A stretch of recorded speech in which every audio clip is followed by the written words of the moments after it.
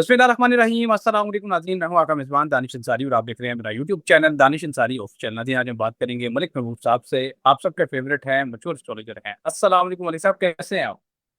वालेकुम सलाम। अल्लाह का शुक्र है। आप बताएं दानिश भाई, क्या हाल चाल है? अल्हम्दुलिल्लाह मलिक साहब, मैं भी ठीक हूँ। मलिक साहब, प्रोग्राम का आगाज़ जो है वो आपकी एक प्रेडिक्शन से करना है। गुज़श्ता के दिनों से मैं पॉलिटिकल जब आपसे क्वेश्चन करता था, खासतौर पे पीटीआई से मुतल्लिक, तो आप कहते थे कि डील को बिला वजह बदनाम किया गया है, एट द एंड डील होनी है। कुछ ऐसी होंगी बातें जो पीटीआई मान लेगी, कुछ बातें जो हैं वो एस्टेब्लिशमेंट मान लेगी। अब सर, एक खबर सामने आई है, अंसार अब्बासी बड़े सीनियर सहाफ़ी हैं डीओ के, उन्होंने ये खबर ब्रेक किया कि पीटीआई और एस्टेब्लिशमेंट के दरमियान बस पर्दा राब्ते शुरू हो गए हैं। रियासी हुकाम के दरमियान एतमाद की बहाली की जा रही है। और सर, इस खबर के आने के बाद दो अहम डेवलपमेंट्स हुई हैं, वो मैं शेयर कर देता हूँ, जिससे पता चलता है कि ये खबर वाकई मुस्तद है।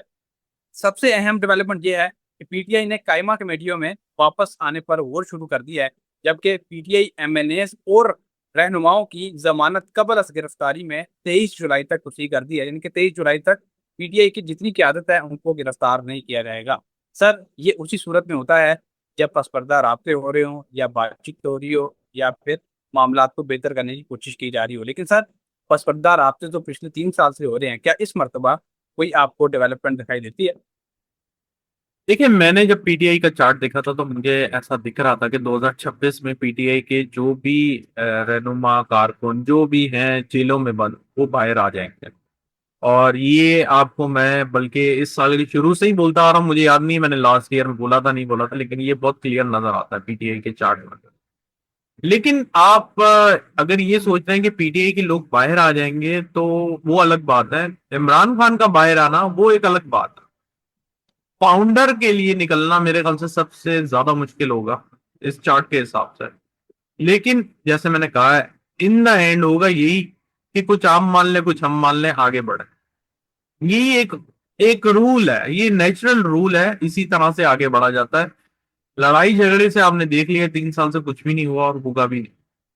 अब मैं ये अभी मुझे पता है बहुत से लोग तनकीद करेंगे कि मैं ऐसा, मैं इसका, तो मैं उसका, मैं किसी का भी नहीं। मैंने आपको वो फैक्ट बताया है जो वाकई ही फैक्ट है। मैंने किसी का भी ये नहीं देख के बताया कि ये मैं इस पार्टी से बिलोंग करता हूँ या उससे करता हूँ। ये फैक्ट है कि ये निकलेंगे इसी तरह से ही और उसके बाद आहिस्ता आहिस्ता गवर्नमेंट में आएंगे। अभी अगर आप ये सोच रहे हैं निकलते ही इसी साल में हुकूमत बना लेंगे तो ऐसा नहीं। ओके मलिक साहब। अच्छा मलिक साहब, आज से 3 साल पहले भी यही किया गया था कि पीटीआई को इलेक्शन से ही बाहर कर दिया गया था, लेकिन उसके बावजूद एक नई पार्टी बनाई गई और फिर बगैर पल्ले के निशान के पीटीआई के रहनुमाओं ने इलेक्शन लड़ा और इलेक्शन जीता भी, और सिंगल लार्जेस्ट पार्टी जो है वो बने पूरे पाकिस्तान में। सर, अब खबर सामने आ रही है कि इलेक्शन कमीशन ने फैसला सुना दिया, पीटीआई को आज़ाद कश्मीर से इंतखाबात में हिस्सा लेने की इजाजत नहीं होगी। पीटीआई का एक बार फिर सफाया कर दिया गया है। पीटीआई का चार्ट क्या बताता है? क्या इस मरतबा भी पीटीआई आजाद कश्मीर से कोई अच्छा रिस्पॉन्स देगी? लोग वोट देंगे पीटीआई को? क्या देखते हैं रिजल्ट? देखिए, वोट तो मिलेगा, लेकिन वही वाली बात है कि जब बैलेट पेपर ही नहीं होगा तो वो किस पे वोट देंगे। मुझे नहीं पता वहां के क्या सिस्टम है, अगर उसका ऑल्टरनेटिव कुछ है या नहीं है। लेकिन एक बात याद रखें, पीटीआई यूं समझे कि जमीन बोस हुई है और ये अब उभरना शुरू होगी। अब अगर आप ये सोच रहे हैं रातों रात कमाल हो जाएगा, ऐसा कुछ भी नहीं हो रहा। थोड़ा वेट करें, इन चीजों में टाइम लगेगा, अभी नहीं होगा। हाँ, अलबत्ता अगर आप ये बोलते हैं कि हुकूमत क्या इसी साल जा सकती है, तो उसके चांसेस बहुत ज्यादा क्लियर नजर आते हैं। लेकिन उसके सब्स्टिट्यूशन में पीटीआई अभी नजर नहीं आते। ओके वाले साहब। अच्छा वाले साहब, एक हैरानकुन चीज ये हुई है कि शेर अब्दुल मरवत, साबिक रहनुमा पीटीआई, उन्होंने दरख्वास्त दायर की है। उन्होंने कहा है कि वफाकी आईनी अदालत में अली मीन गंडापुर की बतौर वज़ीर आला बहाली की उनकी तरफ से दरख्वास्त दायर की गई है। वो कह रहे हैं कि अली मीन गंडापुर को इमरान खान साहब के इमाम पर हटाया गया, जो कि गलत था। वो एज आ वज़ीर आला सही अपनी रिस्पॉन्सिबिलिटीज अदा कर रहे थे, उनको दोबारा बहाल किया गया। क्या आपको लगता है कि सोहेल अफरीदी को हटा के दोबारा अली मीन गंडापुर वापस आ जाएंगे? ऐसा कोई फैसला, ऐसी कोई डेवलपमेंट दिखाई देती है? देखिए, ऐसी डेवलपमेंट की कोशिश बड़ी की जा रही है, लेकिन ऐसा लगता नहीं है कि ये अभी ऐसा हो सकता है। ये बातें अब पुरानी हो गई हैं, अब बहुत गाड़ी आगे निकल चुकी है उसको। अब मुझे मुश्किल लगता है कि उसका यू टर्न मार के वापस से रिवर्स किया जाए। और अब आवाम एक्सेप्ट भी नहीं करेगी। जो मुझे ऐसा दिख रहा है कि अली अमीन गंडापुर का एक टाइम था पीक का, वो अब जो है खत्म हो गया हुआ है, जिसकी वजह से ये चीजें अभी उतनी अ, अच्छी रिफ्लेक्ट नहीं कर रही हैं आपके सामने उनके क्या।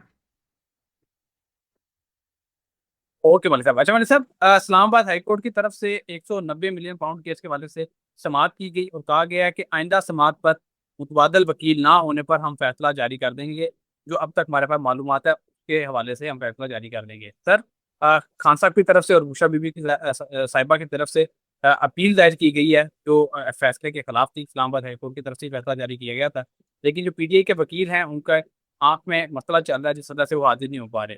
क्या एक मरतबा फिर पीटीआई के खिलाफ, खान साहब के खिलाफ फैसला आता देख रहे हैं आप 190 मिलियन पाउंड केस में? ये बड़ा अहम फैसला है। मुझे नहीं पता ये कब आना है, लेकिन मई के अंदर खान साहब के लिए टफ टाइम है। मैंने बहुत पहले बोला था, मई का स्टार्ट भी नहीं पता, तब की बात कर रहा हूँ। अगर ये मई में ही होगा तो फिर आप अच्छे रिजल्ट्स एक्सपेक्ट ना करें। लेकिन एक बात है, जो भी रिजल्ट आएगा इन द एंड खान साहब बाहर आ जाएंगे, जो मर्जी ये लोग करते रहे। ये तो एक टाइम पास चल रहा है, चलने ना। ओके मलिक साहब। अच्छा मलिक साहब, मैं गुज़श्ता कई दिनों से आपसे ये क्वेश्चन कर रहा था और आपने ये प्रेडिक्शन बिल्कुल की थी और आपकी प्रेडिक्शन मौजूद है। आपने कहा था कि पाकिस्तान दहशतगर्दी के खिलाफ एक नई जंग में जा रहा है और आपने कहा था कि अफगानिस्तान के साथ पाकिस्तान ने जो अपने मामला किए हैं, बहुत मुश्किल है कि पाकिस्तान अब यहाँ से निकल पाए, इसमें स्केप नहीं है। आज फील्ड मार्शल आसिम मुनीर साहब ने तकरीर की और उसमें उन्होंने कहा कि मुल्क में पायदार अमन और इस्तेकाम के क़याम तक दहशतगर्दी के खिलाफ जंग कौमी अज़म के साथ जारी रहेगी। सर, एक मरतबा फिर एक नई जंग का आगाज हो गया है और आज की यह खबर है कि खैबर पख्तूनख्वा में ऑपरेशन के दौरान खारजी सरगना समेत 23 दहशतगर्द हलाक हो चुके हैं। शुमाली वजिस्तान में ऑपरेशन हुआ है, उसमें सर बताया जा रहा है 40 दहशतगर्द जो हैं वो हलाक हो चुके हैं। सर, इतने बड़े पैमाने पर जो ये ऑपरेशन शुरू हुआ है, ऑपरेशन तो बेसिकली काफी अरसे से पाकिस्तान में जारी है। अब इस मरतबा कोई रिजल्ट मिलता दिखाई देता है कि पाकिस्तान में जो दहशतगर्दी है वो खत्म हो जाए और क्या हमारी ईद जो है वो हिफाजत से गुजर जाएगी या खुदा ना खास्ता शरारत कोई की जाएगी इन दहशतगर्दों की तरफ से? अल्लाह खैर करेगा, ईद तो खैरियत से गुजरनी चाहिए। ऐसा मुझे दिख नहीं रहा कि कोई खुदा ना खास्ता आवाम के साथ कोई ऐसा मिसहैप होता हुआ नजर आएगा। अलबत्ता ये दहशतगर्दी का मामला भी जरा लंबा चलेगा सर, मैंने आपको पहले भी बताया है।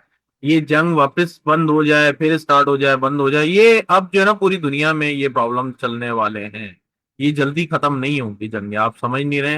ये जो भी चीज रुकती है वो टेम्परेरी पॉज के लिए रुकती है, ये परमानेंट नहीं है। ये बात जहन में डाल लें, चाहे इसका हो मसला अफगानिस्तान के साथ हो, इंडिया के साथ हो, ईरान का, अमेरिका से हो, इसराइल से हो, ये सब परमानेंट नहीं है, ये सब टेम्परेरी पॉज में है। इनफैक्ट नए ममालिक इसमें ऐड ऑन होंगे आने वाले दिनों में। ओके मलिक साहब। अच्छा मलिक साहब, अक्सर ऐसा होता है कि इंडिया की तरफ से कोई फॉल्स फ्लैग ऑपरेशन किया जाता है और फिर पाकिस्तान और इंडिया के हालात साल में एक मरतबा खराब जरूर होते हैं। खुदा ना खास्ता इस मरतबा भी कोई फॉल्स फ्लैग ऑपरेशन आप देख रहे हैं?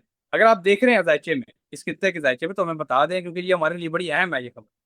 ये अगर खुदा ना खास्ता ऐसा कुछ हुआ तो ये आगे चल के ही होगा, अभी नजर नहीं आता। मतलब इस साल के आखिरी वाले महीनों में कुछ उम्मीद नजर आती है ऐसी इन चीजों में। ओके। अच्छा सर, अमरीकी वज़ीर ख़ारजा ने कहा है कि ईरान से मुज़ाकरात में मस्बत इशारे मिल रहे हैं। पाकिस्तानी वफद भी आज तेहरान जा रहा है, देखते हैं वायदा होता है या नहीं होता। सर, आप क्या देख रहे हैं? अमरीकी वज़ीर ख़ारजा भी इससे कशमकश का शिकार है कि वायदा होता है या नहीं होता। लेकिन सितारे क्या बता रहे हैं? सितारों से हमें कुछ मालूमात तो मिल ही जाती है, गाइडलाइन मिल जाती है। क्या वाकई सितारे ये ये बता रहे मुद्दत हैं, ये इत्तेफाक की तरफ? सितारे ये बता रहे हैं कि अब सब सही है, लेकिन ये अगर आप सोच रहे हैं परमानेंट सोल्यूशन निकलेगा, ये नहीं होने वाला। ये इसी तरह ही कहानी चलती रहेगी। अल्लाह रहम करे, अल्लाह ना करे, अल्लाह कभी ना करे। ये जून का महीना अब बहुत ही करीब है, सर पर है। आप यहां से देखेंगे कि जुपिटर जैसे ही ट्रांजिट करेगा कैंसर में, तो जो एक ट्राइन बन रहा है सैटर्न के साथ, वो पानी को बहुत ज्यादा एक्टिवेट कर देगा और दुनिया में खुदा ना खास्ता कुदरती आफात इतनी बढ़ जाएंगी कि लोग ईरान और अमेरिका को भूल जाएंगे ऑटोमेटिकली, जैसे पाकिस्तान इंडिया को भूले थे पानी के बाद। ये चीज वापस होने वाली है, मैं आपको अभी से बता रहा हूँ। बहुत शुक्रिया मलिक साहब, आपने वक्त निकाला। नाज़रीन, प्रोग्राम का वक्त यहाँ खत्म हो चुका है। आपका भी नाज़रीन शुक्रिया, वक्त निकालते हैं, कमेंट्स करते हैं, हमारी वीडियोस को देखते हैं, पसंद करते हैं। इंशाल्लाह नेक्स्ट प्रोग्राम में ऐसे ही दिलचस्प टॉपिक है दोबारा पेश होंगे। अगली वीडियो तक के लिए मुझे और मलिक महबूब साहब को इजाज़त दीजिए। अल्लाह हाफ़िज़।